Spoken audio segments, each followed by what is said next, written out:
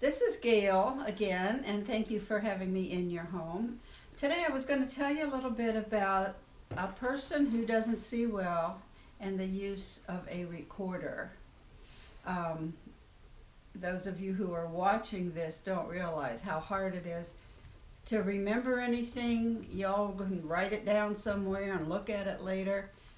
To hear it doesn't do it. You have to have a place to put it where you can go back, and recording it for me has been a lifesaver. So I want to show you my recorder. I have had this for many years. I think it was from Best Buy's, not even very expensive.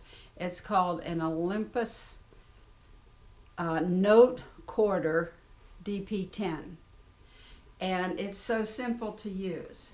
And I know a lot of people, a lot of you can use your telephones and make recordings, and it's very hard to use them because of the tiny buttons and everything. If you're not seeing, they're almost, to me, useless. But this thing just comes in handy for everything. One of the reasons I like this recorder, besides its simplicity, is that, so, you know, like on a phone or anywhere else you make a recorded message, it rattles on and on and on. For somebody who doesn't see, you don't get a break or a chance to stop. I can record things on here line by line if I'm the one recording it. And then maybe I want to come to my computer and type it up somewhere. It's easier to use. Things like recipes, people think that's quite easy. I'll just use it's written all out right here. But you need to have that to a place where you can hit a button and hear this first instruction, and then you do it and you go to the next instruction, in your own time. It's just impossible to hear the whole thing and then make the whole thing without going over and over and over from the beginning to the end. So I just think it has helped me over the years. I happen to be good at typing and have a computer. Years and years ago, I learned to use the talking program JAWS, which I highly recommend. And I keep everything. I record it, and then I come to my computer and make pages of how to operate things around the house. So because I keep this little recorder handy all the time, anytime I think of something, I put it down. For instance, in the kitchen, suddenly I'm out of something and I want it on my grocery list later. I put it on here first. Be sure and add eggs to the list. And all I do is press the button for recording. First, you always have to prime it because you press the play. Okay, press the record. I'm going to need eggs. Put it on the list and stop. Okay? Later, when I get into my computer in the other room in the office, I can just go back and listen. I'm going to need eggs. Oh, that's right. And it's just that simple. Whoops, play it again. Play it again, Sam. So, everything that I might hear on TV, I don't know if I already mentioned this. No, I didn't. Books. I'm very into books, very little into television, except programs that are basically dialogue. And if you have a friend or somebody who doesn't see, they're probably that way too. Most TV shows, you miss the point of them. But anything with a lot of dialogue is good. But I do listen for somebody recommending books or something like that. And when I'm sitting out there, I have this with me, and I'll say, gosh, Michael J. Fox has a new book out. I want to read that. So it's just that simple. I come in and I have on my computer a page of all the books I've read, a page of books I want to read, a page of authors I want to look up, and I just go to the right page and I add that one little line. And then I can sit in here and remind myself, oh, let me look up and see if Michael J. Fox's book is on the National Library system yet. And we'll talk about that later. Anyway, this little machine is worth its weight in gold. That's all I have to say. Somebody's talking to me on the phone, they want to give me a new phone number. Oh, here, let me get it down on the recorder. You know, account numbers or something. I can pre-record them off of my paperwork and have them right there if I'm trying to deal with somebody, and tell them like an account number or something like that. It just is, I can't even explain how important it is to me. Gail, I see you have a rubber band there. I was just wondering, could you explain the use of that? Sure. This is one of those really fat ones that comes on the broccoli, you know. It's a gripper for sure. And the reason I put it here is because it keeps my recorder from sliding. I can hardly move it on a tabletop or anything, even on furniture. It doesn't slide. Also, it helps me in that my phone is the same size. I use just a little flip phone. And when I'm reaching for one or the other, immediately I can feel the rubber band and know that's this one, and either pick it up or pick up the other thing. So it's an identifying mark for me.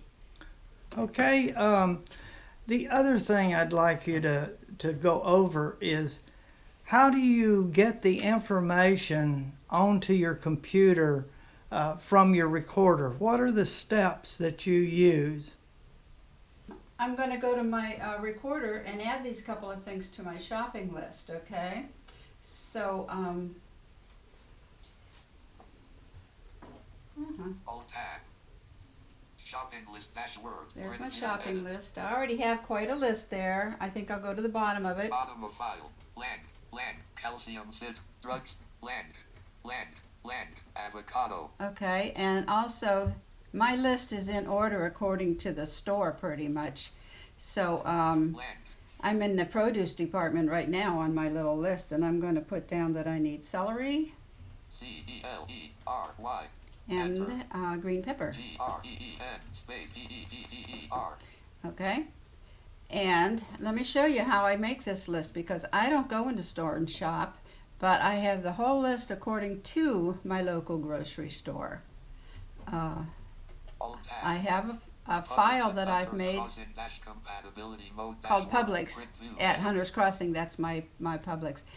And this whole thing, I don't know if you can see it, but it starts out as you walk in the door. You're in the deli department, and then there's some meats, and then you do breakfast. And that's how I can go through this. I'll just skip down a ways. Beer, wine, cheese. And if there's anything, and I've listed tons of things that are in the shelves, and then if there's anything that jars my memory that we need to get, I can just quickly flip back over to my shopping list. Alt tab. Green pepper. Yeah, and put it up where it would belong, like I can go up the list a Green ways. pepper, celery. You know, and put it in there. So I do a lot of stuff between the recorder and the computer, just to keep the ball rolling in the household. Oh, well, that's fine, Gail. But after you have all these recordings on your recorder, how do you manage what do you do with them? That's a good question, because if you just keep adding recordings, you get lost in it. So I can go back at any time. I can turn it on and play. I'm gonna need some bell pepper, celery. Now I don't want that one anymore, so I just press a button, and then I didn't hear it. Oh, jeez. Oh, that didn't work. What to do it again? I'm gonna need some bell pepper and celery. Let me add. Okay, hear that? Okay, that whole recording is gone now. And let's see, what's my next one? Gosh, Michael J. Fox has a new book out. And I already put that on my list of books to read. So I'm going to go back to it. Oh, I think. At Benson Music Group. Today is Sunday. I'm going to need eggs. Put it on the list. Oh. This is how I can delete things. As I come across them, I can just delete them, because they're all out of order. They're done any time of the day. Gosh, Michael J. Fox has a new book. Delete. And you can't accidentally delete because you have to do this whole system twice for it to really go away. So that makes it safe. You don't ever accidentally delete something you didn't intend to delete.